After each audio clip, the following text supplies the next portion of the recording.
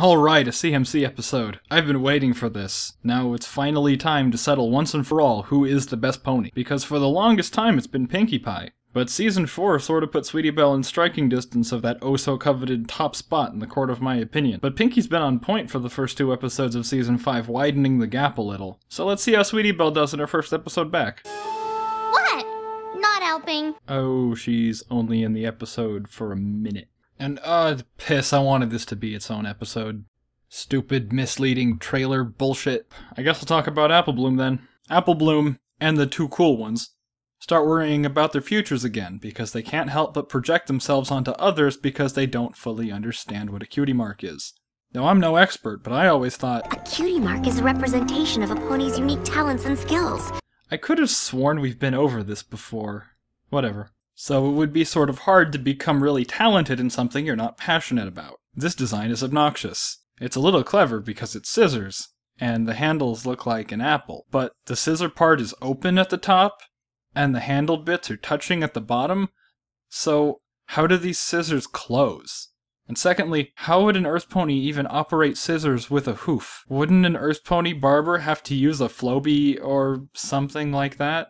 But that's not important. I suppose I can admit that there's no guarantee that you'll enjoy the thing you end up being really good at. But I thought that's what the episode Twilight Time was about. Didn't they start honing their skills in areas they liked to force their cutie marks to be something they would be happy with? I mean, that does seem a little counterintuitive and futile.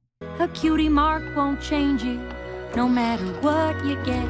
And then, of course, after this door closes, she continues, unless you get an equal sign, in which case you're pretty much fucked. Or if you somehow end up with one of your friend's cutie marks, that's pretty messed up too.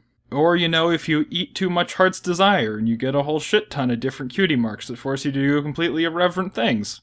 But that doesn't have a very good lyrical flow, so I can understand why she cut the song off right there. Can anyone tell me when a pony gets his or her cutie mark? When she discovered that certain something that makes her special. Yeah, and not the other way around. You don't get a cutie mark and then magically become good at something. It's like in the Magical Mystery Cure, like when the main 6 all got different cutie marks but didn't magically become good at what that cutie mark represents. I thought that was the point of that episode.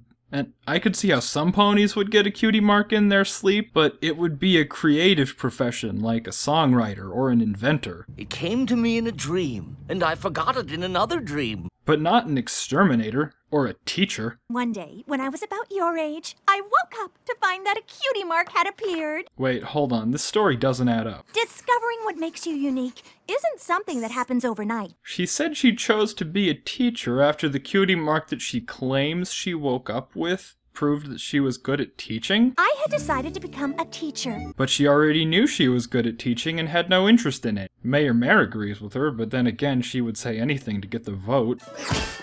Exactly. This is suspicious. Where did she get that hat? The grocery and fedora store? Why would she give it to a dragon? Could she have suspected that fueling his greed would make him grow in size and rampage through Ponyville? Cheerilee's cutie mark is flowers with faces. No, they're daisies. As in pushing up daisies. As in leaving ponies in shallow graves. And giving the evidence to an unsuspecting dragon to fuel their greed, so when the cops find the hat in a treasure hoard, they'll think the owner was just the victim of a dragon attack and Cheerilee gets off scot-free once again? Why do you think she promoted this kid to editor-in-chief? She couldn't afford to have him wandering around taking pictures, now could she? But it's too risky to get rid of him, so she promoted him out of the way. Why is she so tired right here? Did she just get back from filling a shallow grave? I've said too much.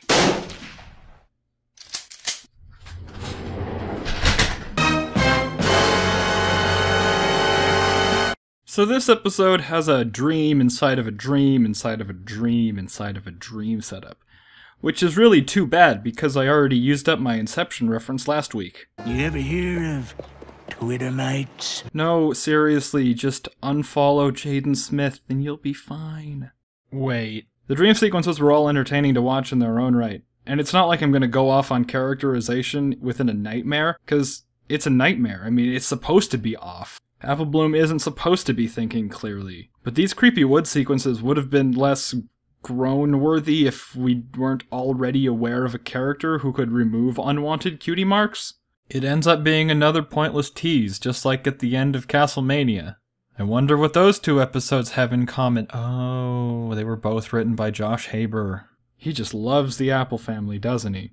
And it's not like I have a history of disliking his episodes or anything. This episode feels like it was a 5-minute premise stretched out to an entire 20-minute episode, hence why this video has so many crazy tangents in it.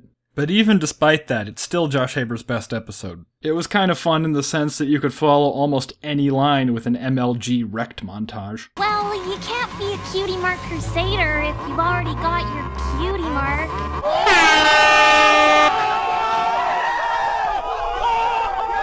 Technically, the clubhouse is for crusaders only. I guess I should just come back later then? Why? I mean, you can't come in then either. Oh, baby, a triple! Oh, yeah! I don't even think we're still supposed to be friends.